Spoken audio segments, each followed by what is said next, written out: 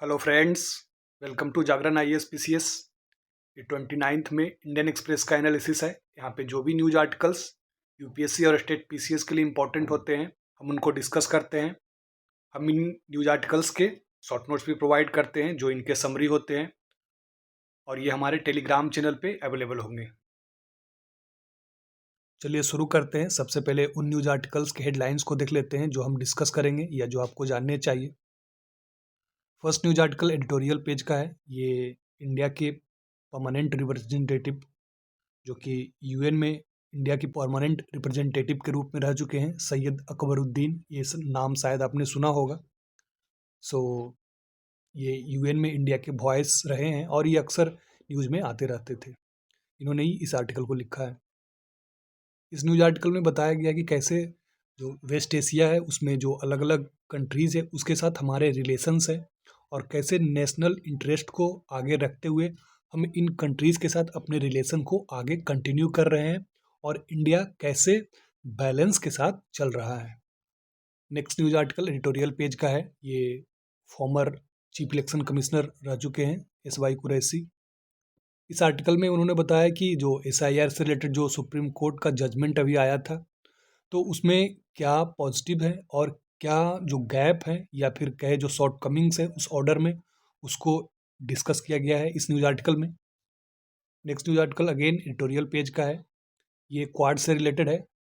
इस आर्टिकल में बताया गया है कि क्वाड जो है क्यों अभी तक सर्वाइव कर रहा है, और दूसरे जो इस तरह के ग्रुप्स हैं, वो छोटे छोटे ग्रुप्स हैं, वो सर्वाइव क्यों नहीं कर पाते हैं। तो इसके पीछे क्या रीज़न है वो इस आर्टिकल में बताया गया है। नेक्स्ट न्यूज आर्टिकल दिल्ली से रिलेटेड है। दिल्ली गवर्नमेंट और सेंट्रल गवर्नमेंट के द्वारा एक प्रोजेक्ट लाया गया है जिसमें दिल्ली में जो ट्रैफिक या पॉल्यूशन से रिलेटेड जो इश्यूज़ हैं उसको टैकल करने के लिए ये प्रोजेक्ट लाया गया है। ये रोड इंफ्रास्ट्रक्चर प्रोजेक्ट से रिलेटेड है। सो ये connectivity, infrastructure project, traffic management और पॉल्यूशन, ये तीनों के लिए इम्पोर्टेंट है। चलिए शुरू करते हैं फर्स्ट न्यूज आर्टिकल से, जो कि एडिटोरियल पेज का है। इस न्यूज आर्टिकल में जो वेस्ट एशियन कंट्रीज है वहाँ पे जो कॉन्फ्लिक्ट चल रहा है और हमारा उनके साथ रिलेशंस है, तो इंडिया कैसे जो डिफरेंट कंट्रीज़ है अपने नेशनल इंटरेस्ट को आगे रखते हुए उनके साथ बैलेंस अप्रोच जो है अपना रहा है। सो वेस्ट एशिया में जो डिफरेंट कंट्रीज़ हैं अभी जिनके बीच कॉन्फ्लिक्ट चल रहा है, उनको जो है एक रूबिक क्यूब से ऑथर ने कंपेयर किया है। रूबिक क्यूब मतलब जो आप एक क्यूब होता है इस तरह से, जो आप ट्विस्ट करते हैं और जो डिफरेंट कलर्स होते हैं वो उसको अरेंज करना होता है। सो इस क्यूब में क्या होता है कि आप जब एक किसी पर्टिकुलर सेक्शन को आप टर्न करते हैं, तो दूसरे फेस में, चाहे इधर ये फेस हो, तो उसमें जो डिफरेंट सेक्शंस है वो भी टर्न हो जाते हैं। तो इससे कंपेरिजन करने का मतलब ये है कि हमारा रिलेशन जो इन कंट्रीज के साथ है, वेस्ट एशियन कंट्रीज के साथ, तो किसी एक कंट्री के साथ हमारे अगर रिलेशन को अगर हम ट्विस्ट करते हैं या फिर उनको मैनूवर करते हैं, तो हमारे रिलेशंस जो है दूसरे कंट्रीज़ के साथ, जो दूसरे हमारे पार्टनर्स हैं उनके साथ हमारे रिलेशंस चेंज होते हैं।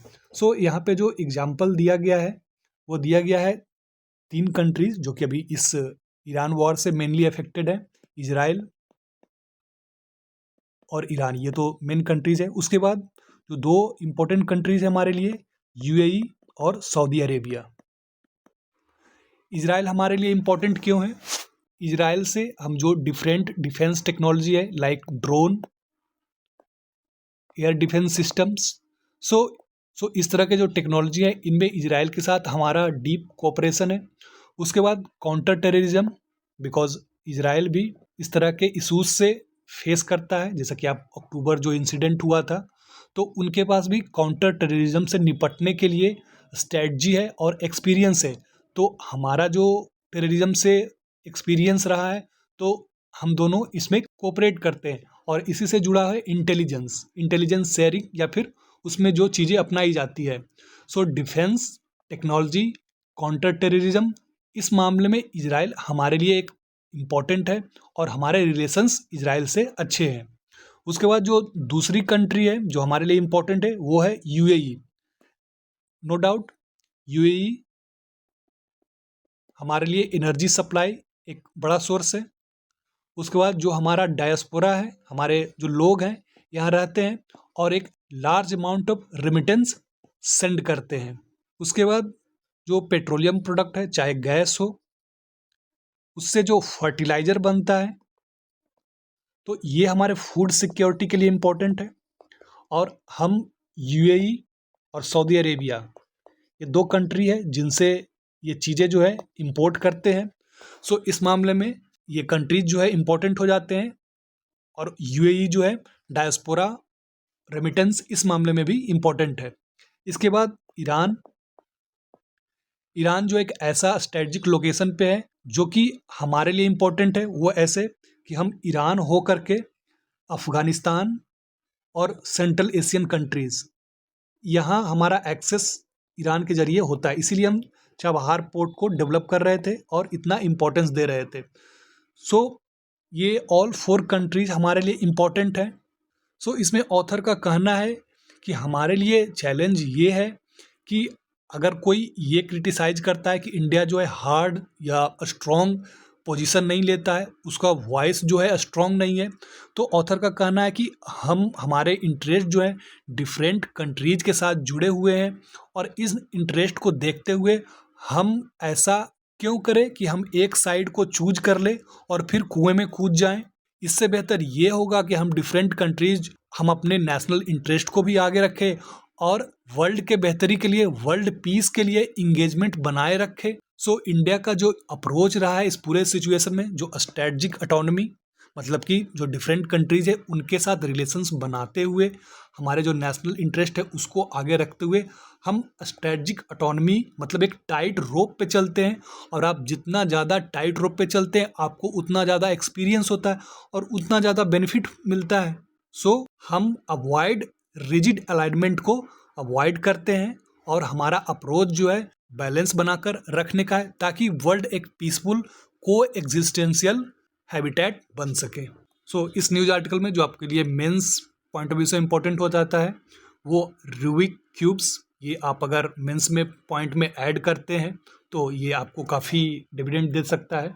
उसके बाद जो वेस्ट एशिया में 3 पिलर्स हैं हमारे रिलेशन के, वो आप ऐड कर सकते हैं। उसके बाद इंडिया के लिए चैलेंजेस क्या हैं इस रिलेशन को मेंटेन करने में और हमारा अप्रोच कैसा रहा है, ये आपको पॉइंट नोट करने चाहिए। आगे बढ़ते हैं next news article. Next news article भी एडिटोरियल पेज से है, ये क्वाड से रिलेटेड है। इस न्यूज़ आर्टिकल में ये डिस्कस किया गया है कि क्वाड जो है अभी तक क्यों सर्वाइव कर रहा है, ये क्यों अभी भी रेलिवेंट है। सो इसके पीछे रीजंस क्या है, जबकि जो दूसरे इस तरह के जो छोटे ग्रुप होते हैं वो इतना ज़्यादा सर्वाइव नहीं कर पाते। आइदर उनमें क्या होता है, जो डिफरेंट कंट्रीज होते हैं उनके व्यू पॉइंट बहुत ज़्यादा डिफरेंसेस उनमें क्रिएट हो जाते हैं और फिर वो रास्ता जो है अलग अलग अपना लेते हैं। जैसे कि आप गल्फ कोऑपरेशन काउंसिल को देख लीजिए, अभी जो ओपेक जो ग्रुपिंग थी उसमें से यूएई जो बाहर एग्जिट हुआ है, या फिर दूसरे ग्रुपिंग जैसे कि ब्रिक्स। इस आर्टिकल में ये डिस्कस किया गया है कि कैसे जो मेन एजेंडा होता है उस ग्रुप का, मतलब कि जिस लिए उस ग्रुप को क्रिएट किया जाता है, उससे हटकर कोई दूसरा रास्ता वो ग्रुप जो है चुन लेता है। सो क्वाड इस मामले में क्यों स्ट्रिक्ट रहा है और क्यों अभी तक सर्वाइव कर रहा है। सो क्वाड जो है इंडिया, जापान, ऑस्ट्रेलिया और यूएसए, इन 4 कंट्रीज़ का एक ग्रुपिंग है जो कि 2007 में इसको इस्टेब्लिश किया गया था। और ये एक इनफॉर्मल ग्रुपिंग है, कहने का मतलब कि इसके कोई परमानेंट बॉडी नहीं है, कोई फिक्स कॉन्स्टिट्यूशन नहीं है। ये 4 देश हैं, उनमें जो शेयर्ड इंटरेस्ट है, शेयर्ड प्रॉब्लम्स है, उनको एक साथ बैठकर डिस्कस करते हैं, इसीलिए इसको इनफॉर्मल ग्रुपिंग बोला जा रहा है। उसके बाद कुछ समय तक ये थोड़ा क्वाइट रहा। उसके बाद 2017 में जब इन कंट्रीज़ को ये लगा कि चाइना जो है काफ़ी असर्टिव हो रहा है, साउथ चाइना सी, इंडो पैसिफिक, इनमें जो है जो सिक्योरिटी इशूज़ है वो दिखाई दे रहे थे, तो 2017 में इस क्वाड ग्रुप को फिर से रिवाइव किया गया और अभी ये कंटिन्यूअस चल रहा है। और ये नॉन अलायंस भी बोला गया है, मतलब कि ये किसी तरह का एक मिलिट्री या उस तरह का अलायंस नहीं है जैसे कि नाटो वगैरह है। सो ये एक इनफॉर्मल डिस्कशन बेस्ड, एक दूसरे के इंटरेस्ट को, एक दूसरे के कंडक्ट को समझने के लिए और उस अनुसार फिर एक दूसरे के प्रॉब्लम्स को समझते हुए डिफरेंट इशूज जो हैं जैसे कि security, maritime security, technology, health security, infrastructure, climate, इन सब से रिलेटेड जो इशूज है इनको रिजॉल्व करने के लिए डिस्कस किया जाता है। इस आर्टिकल का जो मेन थीम है वो ये कहा गया है कि जो दूसरे ग्रुप्स हैं, जो कि छोटे छोटे ग्रुप्स हैं, वो ज़्यादा क्यों नहीं टिकते, बिकॉज उनका जो गोल होता है, उनका जो एम होता है वो क्या होता है, शॉर्ट टर्म गेन होता है। मतलब कि वो किसी क्राइसिस सिचुएशन से निपटने के लिए उनको बनाया जाता है, और जैसे ही वो क्राइसिस सिचुएशन ओवर होता है उनके इंटरेस्ट जो है ख़त्म हो जाते हैं। एक ये फैक्टर है। उसके बाद कुछ ग्रुप्स जैसे ब्रिक्स का यहाँ पे उदाहरण दिया गया है। ये ग्रुप जो है जो डेवलपिंग इकोनॉमीज़ है उनको एक साथ करके जो इकोनॉमी से रिलेटेड चैलेंजेस है उसको डील करने के लिए उसके लिए ग्रुप बनाया गया था। अब ये ग्रुप जो है उस तरह से डाइवर्ट होता हुआ दिख रहा है, और जैसा कि आप देख रहे होंगे कि ब्रिक्स में दूसरे जो कंट्रीज़ है, Iran, Indonesia, UAE, Saudi Arabia, इनको भी ऐड किया गया है। तो इनमें और क्वाड में क्या डिफरेंस रहा है? क्वाड का जो है गोल जो है हमेशा वो शॉर्ट टर्म गेन नहीं, बल्कि एक लॉन्ग टर्म स्ट्रेटजी, और केवल सिक्योरिटी से रिलेटेड इश्यूज नहीं, बल्कि इसमें जो डिफरेंट इश्यूज जिन पे काम किया जाता है, जिस पे डिस्कस किया जाता है, मैरी टाइम अवेयरनेस वो एक सिक्योरिटी इशू तो है ही है। उसके बाद क्रिटिकल टेक्नोलॉजीज जैसे कि क्रिटिकल मिनरल्स के लिए जो सिक्योरिटी सप्लाई चेन इंश्योर किया जाना चाहिए उस पर डिस्कशन किया जाता है। ये क्वाड कंट्रीज जो है जब कोरोना काल आया था उस समय वैक्सीन्स को लेकर के जो इनके बीच कॉपरेशन देखा गया था वो अपना एक एग्जाम्पल बन रहा है। उसके बाद कनेक्टिविटी को लेकर के जो इंफ्रास्ट्रक्चर से रिलेटेड डिस्कशंस है वो, और फिर जो डिजास्टर और क्लाइमेट से रिलेटेड जो कॉपरेशन है, बिकॉज सुनामी जब 2004 में आया था उसी के बाद ये आइडिया क्वाड का फॉर्म हुआ था। ये ग्रुपिंग जो है शॉर्ट टर्म गेन्स या किसी जो डेंजर या खतरे से निपटने के लिए बनाया नहीं गया है, बल्कि एक लॉन्ग टर्म जो स्ट्रेटजी है, लॉन्ग टर्म जो वर्ल्ड वाइड इशूज है उसको रिजॉल्व डिस्कशन के जरिए कैसे रिजॉल्व किया जाए इसके लिए बनाया गया है। और एक जो इम्पोर्टेंट चीज़ इस आर्टिकल में बताया गया है कि इससे रिलेटेड जो लोग हैं, आइदर ब्यूरोक्रेट्स या फिर मिनिस्टीरियल मीटिंग या फिर जो हेड ऑफ द स्टेट के समिट्स हैं, तो ये जो है रेगुलर मीटिंग इनकी होती है, और एक दूसरे को ये समझते हैं, एक दूसरे को कंडक्ट को जानने का प्रयास करते हैं, और इस तरह से इनके रेगुलर मीटिंग की वजह से ये क्वाड ग्रुपिंग जो है अभी तक सरवाइव कर पा रहा है। तो ये इस न्यूज आर्टिकल का मेन थीम था। इस न्यूज आर्टिकल से रिलेटेड जो इंपॉर्टेंट चीज़ है तो वो क्वाड से रिलेटेड जो फैक्ट्स है वो आपको ध्यान रखने चाहिए, और क्वाड क्यों रेलिवेंट है इससे रिलेटेड जो क्वेश्चन है अगर मेंस में पूछा जाता है। ये जो इम्पोर्टेंट पॉइंट्स मैंने बताए, जो जो ड्यूरेबिलिटी फैक्टर्स हैं, sustained cooperation, bureaucratic habits, trust, consultation culture, उसके बाद जो डिफरेंट इंगेजमेंट है ये, और जो दूसरे ग्रुपिंग से उनसे कैसे अलग है, ये आप पॉइंट्स जो है मेंस के लिए ऐड कर सकते हैं। आगे बढ़ते हैं next news article. Next news article again editorial page का है। ये इलेक्शन कमीशन का जो SIR स्पेशल इंटेंसिव रिवीजन और उससे रिलेटेड जो प्रोसेस था, अभी सुप्रीम कोर्ट का एक जजमेंट आया है जिसमें जो SIR है उसको वैलिड कॉन्स्टिट्यूशनल डिक्लेयर किया गया है।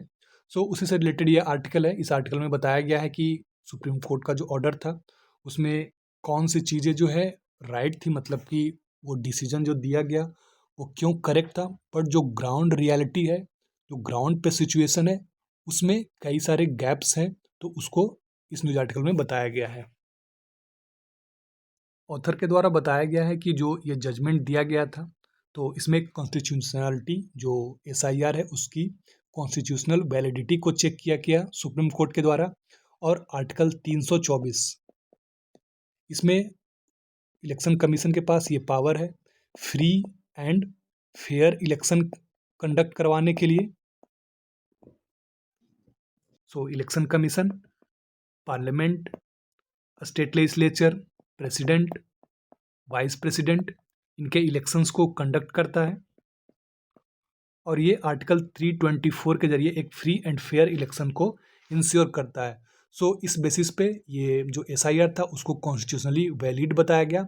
अगेन जो पार्लियामेंट के द्वारा एक्ट बनाया गया है रिप्रेजेंटेशन ऑफ पीपल एक्ट, उसमें जो सेक्शंस है उसके मुताबिक जो इलेक्शन कमीशन है उसके पास इलेक्टोरल रोल को रिवाइज करने के या इलेक्टोरल रोल को तैयार करने का जो पावर है वो इलेक्शन कमीशन को दिया गया है। सो ये भी लॉ के अनुसार परफेक्ट है। बट जो ये रूलिंग था इसमें कुछ जो इशूज ये बताए गए थे, कुछ लिमिटेशंस इलेक्शन कमीशन के लिए बताए गए थे। वो ये था कि इलेक्शन कमीशन इलेक्टोरल रिवीजन के लिए कौन एलिजिबल है कौन एलिजिबल नहीं है उसको तो तय कर सकता है, बट इलेक्शन कमीशन जो है ये तय नहीं कर सकता कि सिटीजनशिप कौन सिटीजन है कौन सिटीजन नहीं है। सो सिटीजनशिप चेक जो है इलेक्शन कमीशन के पास इतना बस पावर है कि वो इलेक्टोरल रिव्यू के लिए इलेक्टोरल जो एलिजिबिलिटी है उसके लिए सिटीजनशिप को चेक कर सकता है, but finally broadly election commission citizenship को डिसाइड नहीं कर सकता है। सो ये जजमेंट में बोला गया था। इस न्यूज आर्टिकल का जो मेन पार्ट है, जो जो गैप्स है इस जजमेंट में वो बताए गए हैं। इस ऑथर के द्वारा कहा गया है कि इस जो एसआईआर प्रोसेस था इसमें इलेक्शन कमीशन ने जो पहले से इलेक्टोरल रोल्स बनाए गए थे, मतलब इलेक्शन कमीशन का जब से इलेक्शन कमीशन को इस्टेब्लिश किया गया था और जब से ये पूरे प्रोसेस में इलेक्टोरल रोल्स को वो इंक्लूड करती जा रही थी, तो ये पूरा जो वर्क है इलेक्शन कमीशन का पहले का उसको जो है नेग्लेक्ट कर दिया गया है। और इस एसआईआर में बल्कि इसके कि एसआईआर में जो है जो मिस्टेक्स हैं जो अनएलिजिबल है उसको रेक्टिफाई करने के बजाय इलेक्शन कमीशन ने पूरे इलेक्टोरल रोल्स को ही फिर से नया बनाया है। सो अगर सिंपल शब्दों में कहें तो जो इलेक्शन कमीशन ने जितने इलेक्टोरल रोल्स को इंक्लूड किया था अब तक उसको आउटराइटली नेग्लेक्ट कर दिया गया और फिर से इलेक्टोरल रोल्स को बनाया गया। उसके बाद इस जो प्रोसेस था उसमें 2003 को एज अ बेस लाइन बना करके ये तय किया गया था कि 2003 तक जो भी इलेक्टोरल रोल में एग्जिस्ट करते थे मतलब जिनका नाम था वो रहेंगे, और 2003 के बाद जो जो ऐड हुए हैं उनको वेरीफाई किया जाएगा। सो इसमें इशू ये है कि जो डिफरेंट माइग्रेंट हैं जो कि मतलब एक स्टेट से दूसरे स्टेट एम्प्लॉयमेंट के लिए या दूसरे रीजनों से माइग्रेट करके जाते हैं, उसके बाद जो वीमेन है आफ्टर मैरिज जब उनके सरनेम चेंज होते हैं, और फिर जो फर्स्ट टाइम वोटर्स है सो उनको ये वेरिफिकेशन, और इसके साथ साथ जो सबसे बड़ा जो पुअर कैटेगरी के लोग हैं सो इसमें कहा गया था कि जिनका इलेक्टोरल रोल में नाम नहीं आता है उनको जुडिशियल रिव्यू या मतलब कि फिर से पेटिशन और जुडिशियल रिव्यू के थ्रू उनको ऐड किया जा सकता है। बट एक पुअर पीपल जिसके पास पूरे डॉक्यूमेंट नहीं होते हैं वो जो है कहाँ से ये सारा प्रोसेस जो है वो करेगा। सो ये सिंपल जो नॉर्मल लोग होते हैं उनके लिए ये एक आसान प्रोसेस नहीं है, तो जो गरीब लोग हैं जो बहुत ज़्यादा जानकारी नहीं जिनको होता है तो वो कैसे ये सारा प्रोसेस को अपनाएंगे। तो इस वजह से जो जो नया इलेक्टोरल रोल बनाया गया है उसमें जो रॉन्गफुल डिलीशन है मतलब कि जो लोग इलिजिबल है वो भी एक्सक्लूड हो जाएंगे, और इसकी काफ़ी चर्चा हुई है अभी तक। सो ये सबसे बड़ा इशू है कि जो इलिजिबल हैं और उनके पास प्रॉपर डॉक्यूमेंट नहीं है और तब वे एक्सक्लूड हो रहे हैं, और इसमें ऐसे बहुत सारे लोग हैं जैसे कि migrant, first time voters, poor people, women जो मैंने अभी एग्जांपल दिया। सो ये एक्सक्लूड हो रहे हैं।